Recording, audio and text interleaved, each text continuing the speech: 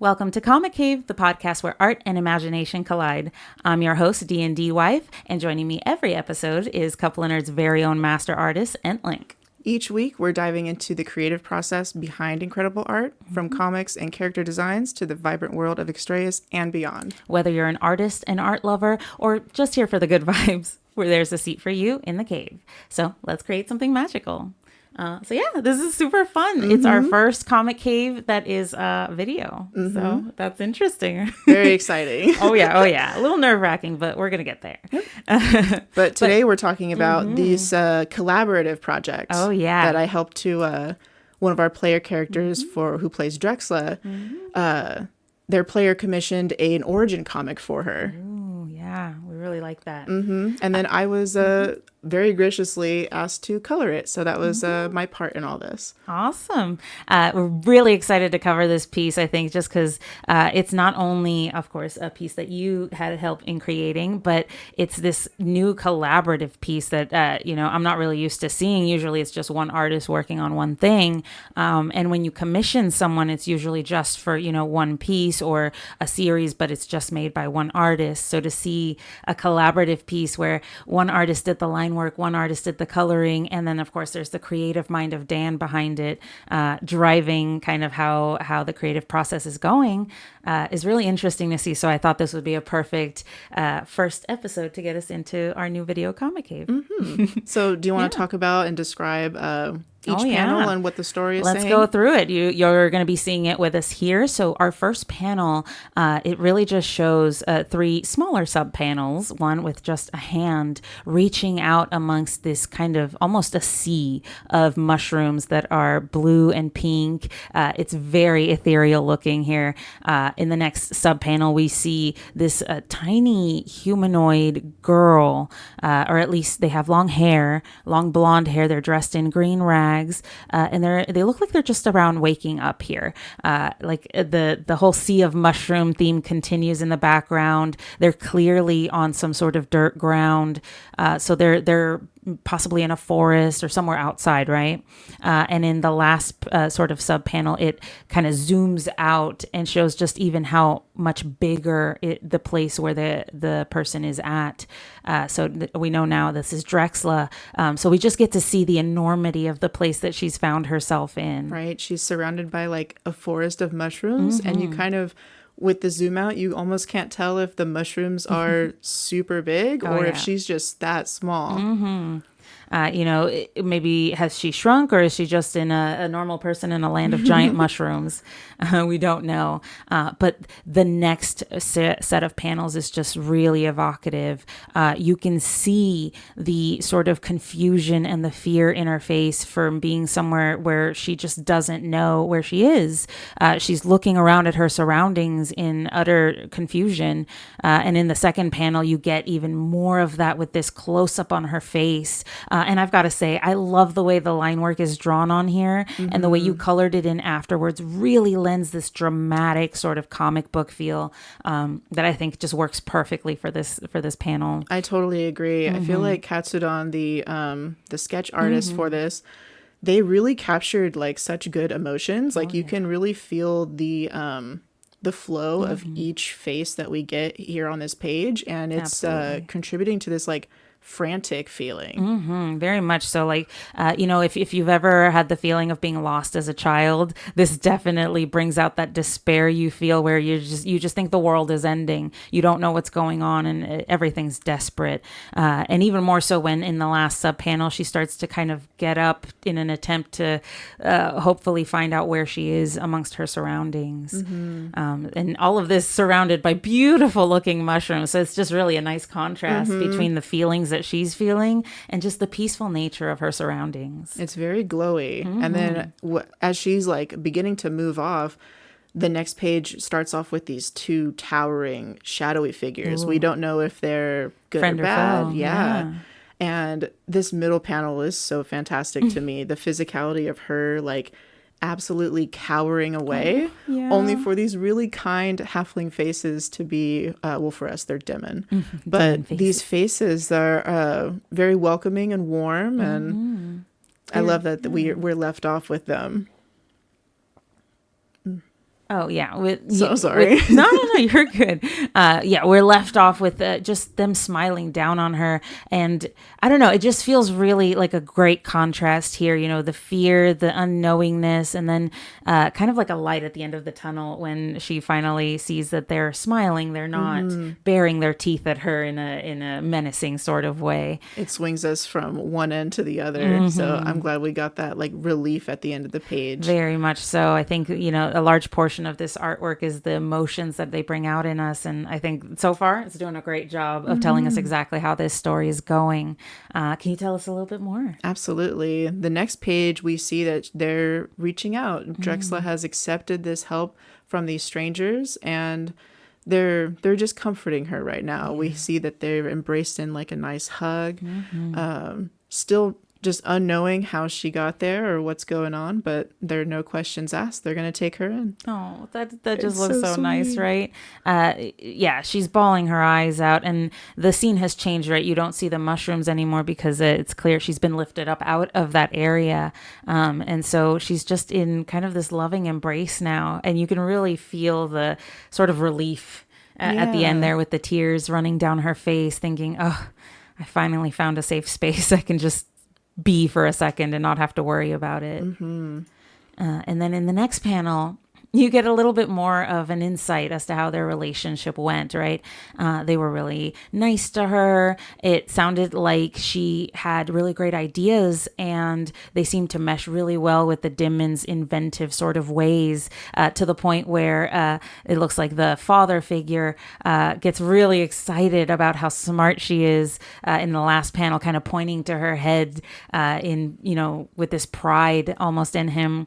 This like, wow, you're really smart, and he's super happy to a Dimmon being being intelligent, being able to grasp really complex concepts is important. And I think finding a kindred spirit, even though it was unexpected, was really nice for this couple. And now we see we're finally out of that blue mushroom cave and now into a warm landscape. It's kind of like evening, like the sun is about to set, and they're packing up their wagon, their little caravan, and welcoming her into their wagon. Aww. And then they're taken back. In the last panel, we see that they're headed to some sort of city. We don't know if that's a Dimmon city or where they would have been at this time, but we can definitely see that it's more civilization. Yeah, exactly. There's giant walls, so there's buildings, there's probably guards, some sort of city or militia, who knows. But this is so nice. I really love how it starts to slowly change. The scenery goes from this really bluish, very cool colors to very warm yellow and orange colors that kind of give that evocation of coming home, right? You come home to a warm home. So that's really nice. I like that. And then in the next panel, we kind of get a more of a glimpse into their daily lives as they travel. The father is an inventor, so he makes toys and different little trinkets for people, and they seem to really love it. So that's how they make their living as they travel, to the point where Drexla, having not been born with any wings, even though the Dimmon parents that she found clearly suspect she might be a fairy, even though she doesn't have her wings, they end up building her some so that she can fly around and experience what it's like to be the fairy that she is. And with that, she actually ends up helping them and making sure that all the things that they pack up are where they need to be atop the wagon. This is really nice. Yeah. I do love the minimal but super effective visual storytelling that the sketch was sketched out here in the storyboard. We can see that she's peering off from the side where her adoptive father is making these tinker toys for children, and that's kind of you can tell it's kind of giving her the seed in her mind to kind of work on that herself. And the physicality of her kind of proudly showing off her tinkering to her parents is so cute. Oh yeah, definitely. And just how much of a team they became at the end, right? They all relied on each other, and it really kind of evokes that sense of having found family at last. And in this next set of panels, you get even more, right? They start, because the inventions are so good and Drexla's ideas are so so grand. They actually start making a reputation for themselves and garnering business above just making trinkets for the local people. They start being asked to draw up very specific plans, one of which it looks like is a collar that is very intricate, and that Drexla is very excited to have had a hand in making. So there's some sort of like uniform about this person that has made this deal or commissioned this device. He's definitely got like weapons and armor on him. So who knows what this what this will be used for? Who's contracting this device? That's something maybe we'll find out later. Foreshadowing. In the next panel, we have here. I believe that one's out of order, actually. Oh my! Let's see where we were at here. All right, so we're looking for page 9. Number 9. All right, there we go. Ooh, it looks like something went wrong in the next panel. We see a group of dark-clothed people approaching the Demon father in front of the wagon as the adoptive mom and Drexla are kind of hidden away inside the wagon, making sure that, they stay out of sight. In the next panel, we see not much except a hand reaching for some sort of blade. And the only thing we see on the hand is a tattoo of an 88. And we don't see much else after that except Drexla rushing out from the wagon towards them in the hopes, I imagine, of stopping this person from drawing that blade. Yeah, you can see, like, even though it's just a sketch, you can see with what force and like what worry she has on her face. She's reaching out, but she just can't get there in time. The tension is building for sure. Yeah, and the sort of blue striations or splash that I see right there to show how quickly she's moving out of the panels, that really shows the desperation. It's this kind of the gloom coming back from before, right? It kind of touching back on her, reminding her of where she started. And so we definitely get that idea, and it was interesting to see play out. But here in this next panel, now we see that it really is an attack. The first panel, we see that it's initiated by this same person, mysterious figure who commissioned this device. Obviously, they're not very happy. Who knows what kind of people they are? And the second panel, horrifically, her father is struck down. And she's in the background, not having the speed to get to him. And the last panel, she's horrified. Yep. I think the jagged sort of red splash of color behind her really lends color to the thought process behind this, right? It's gory, but it's just this utter freezing terror that she feels at seeing who she thought was her permanent family now cut down. And again, she has lost something that is precious to her, which is just kind of really sad to see, right? And as we go here to number 11, we just see them running towards the wagon. They are desperately trying to get to safety.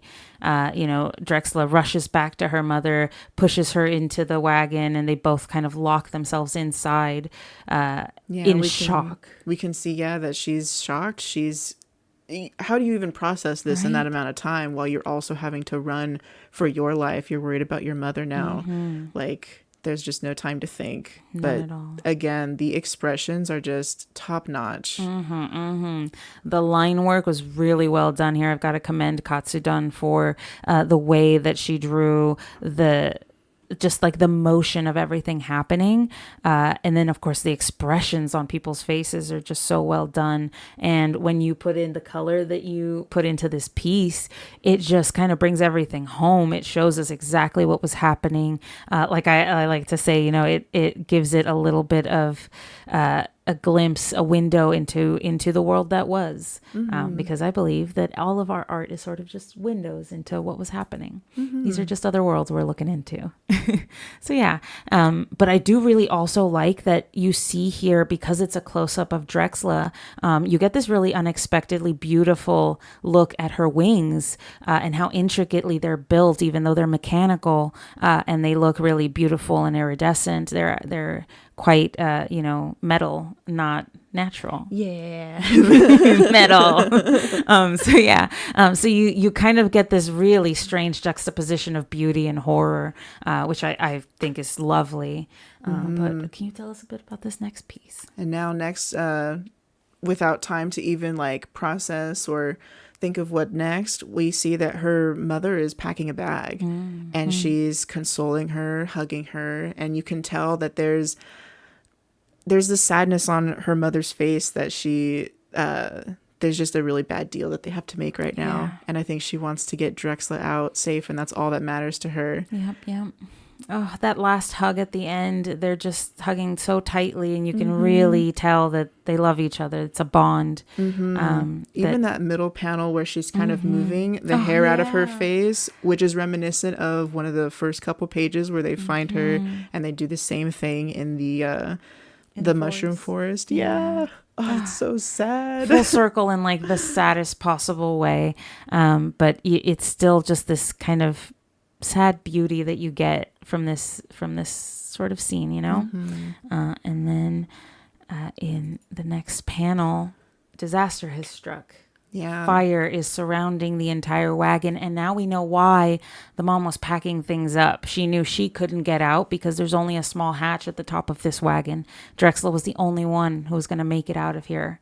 And so she makes sure her daughter gets out safely, and Drexla, not wanting to leave, makes sure that her mom's last wish is granted and that she lives on. That last panel is so haunting that she's gotten away, but instead of continuing to run, she decides to stay and watch, to kind of mourn her in the moment as the wagon is engulfed.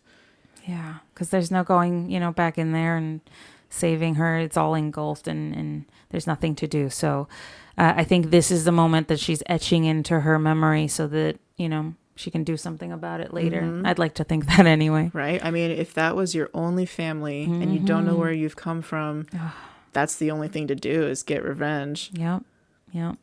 Definitely. Yeah, 14. Yep. And then here in this panel, we get just a shot of her wandering through the night because she has no chance to stop, no chance to catch her breath, trying to get to the nearest town just to be able to maybe rest a bit. It's the middle of the night. We can see that the crescent moon is the only light on this foresty landscape, and she's all alone in it, in that sea of dark sky. Oh, so sad. And you can really feel her loneliness in the kind of the darkness of the panel, and then we move to a much brighter day. And yes, it is brighter. It's warmer. It's raining, but there's still, life about.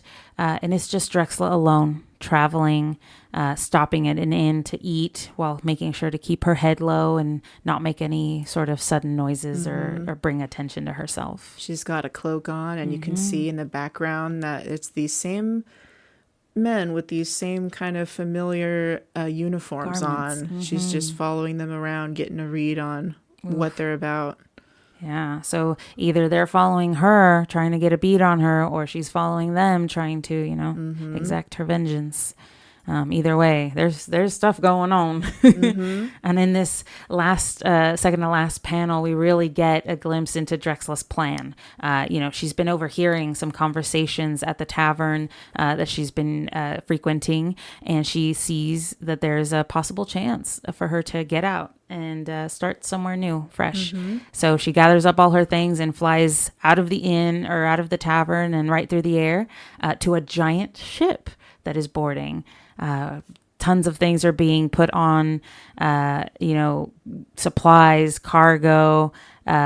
People are climbing all over the boat trying to get everything ready. Right, it's a big to-do. They've got a lot of supplies and stuff.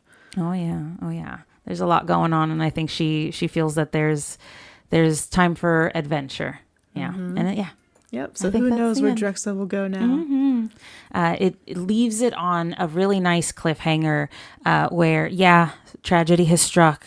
We're mourning, we are grieving, but life keeps going, and it's all about finding the next place, finding your next footing and putting one foot in front of the other as you find your way. Yeah.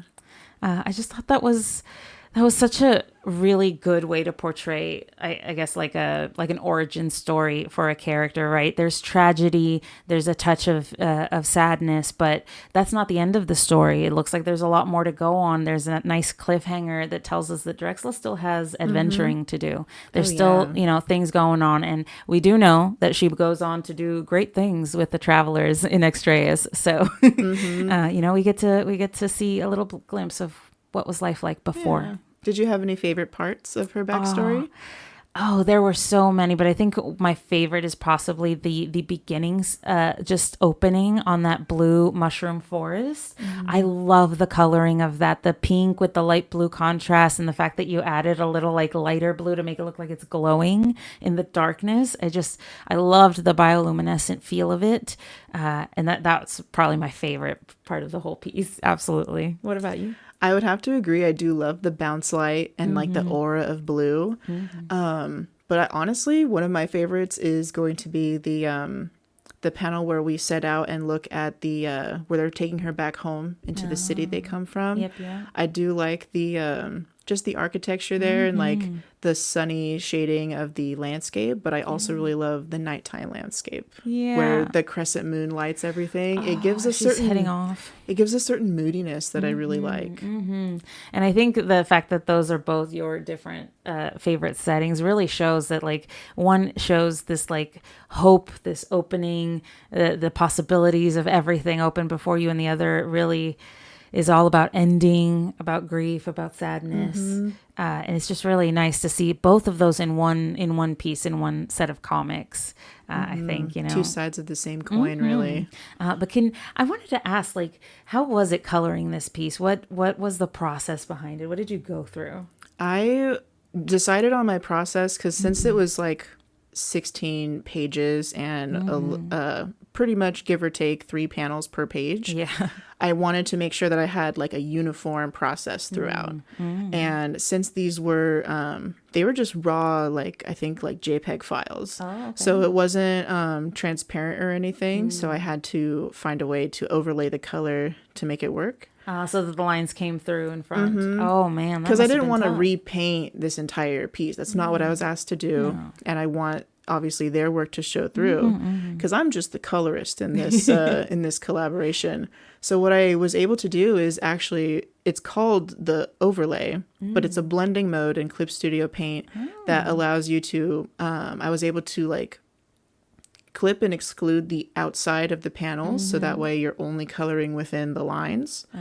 And the overlay layer helps you place color without affecting like the visibility of the lines underneath, which came in handy. Cool.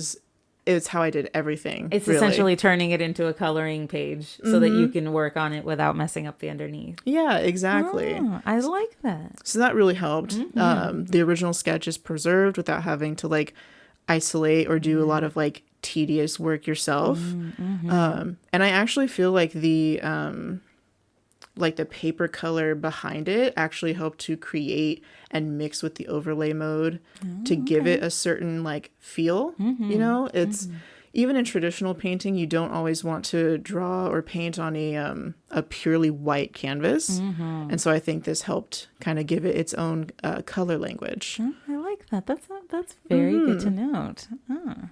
And then, can you give us maybe any favorite techniques that you used, favorite brushes, anything that you liked for the color? With this especially, to get like crisp sections, I guess I'll say, is I use the lasso tool a lot. And I also discovered like on Clip Studio Paint assets, there's so many different versions, but people will post like their own edits of an improved lasso fill tool. That way you don't have to like select and then color. You're making a selection and it automatically fills the color, which if it's on a separate layer, you can then clip a layer to that layer and you're only shading that selection. Oh, that's nice. So I always like would lay down, like I had like skin for everyone. I would have like a skin layer, a hair layer, clothing. So everyone's clothing was on a certain layer. And then you can just go, okay, I'm going to shade and highlight all of the clothing, for example. Okay.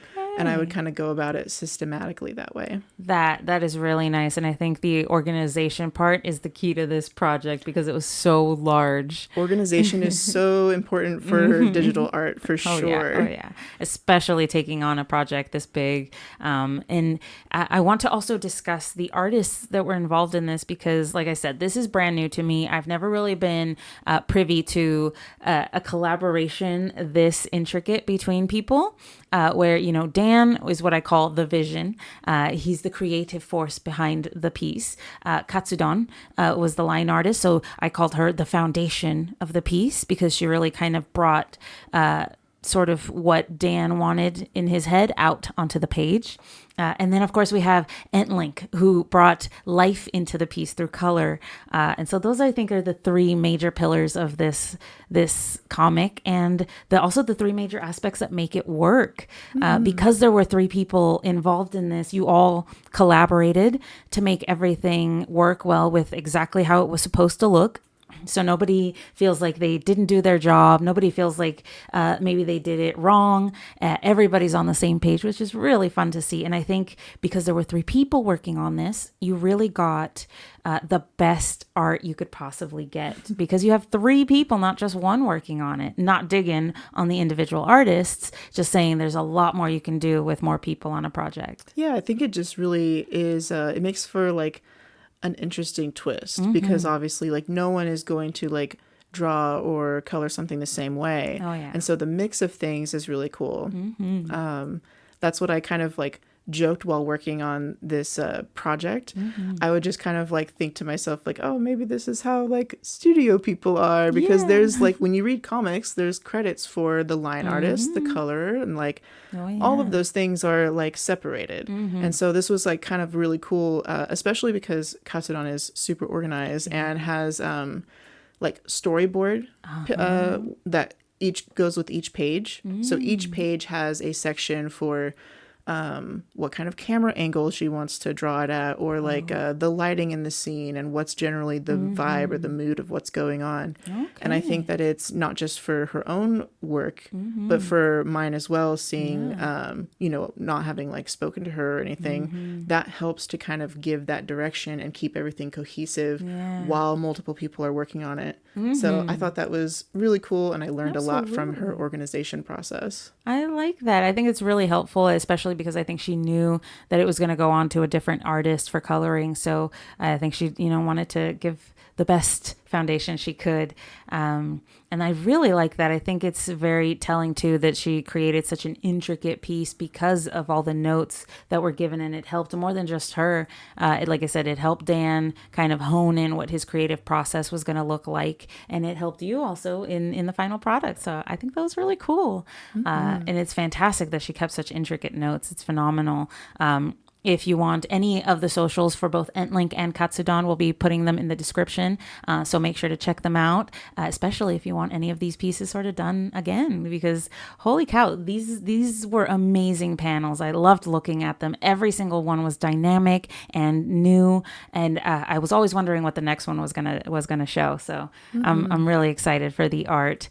To me, this piece was all about dealing with finding and losing home, and how you can do both in a lifetime, and that still won't be the end of the journeys that you go through and the travels that you face, right? And so I think going through this might help somebody, you know, when they're experiencing loss, anything. It might not even be as big as family. It could be you know, just changes in your life that feel like losses. It's always important to note that life continues. It's not the same. It's not great necessarily all the time, but it does go on, and we just have to kind of make the best of it, you know, to keep going. I think you summed that up perfectly, especially even calling back to something you mentioned before, where even though this is like fantasy or make-believe, these core story beats or the emotions behind them, that's real, and a big way that some people will like process stuff is kind of to externalize it in this type of way. And so I think that's really beautiful. So nice. Oh gosh, it's such a great piece. I loved going through it, and like I said, the feelings it evoked were phenomenal. The role that art plays in creating these emotions for us, I think, is one of the reasons why we'll never stop making art. We'll never stop looking at art and trying to experience it, because it can make us feel things that we would never feel on our own, or that we might be able to connect with someone and know what they're going through based off of the feelings we get. So I like that. Absolutely. Yeah. This was such a touching piece. I was so happy to like be part of it and to be able to talk with you about it. Oh, I feel silly now that I had to with it. No, you're fine. Okay, here we go. That's it for this episode of Comic Cave. Thank you so much for hanging out with us and diving deep into the world of storytelling. Make sure to follow, like, and review the podcast. And don't forget to join us on the Couple of Nerds Discord to see the art, share your work, and connect with other creatives. Until next time, keep drawing, keep dreaming, and keep being nerdy.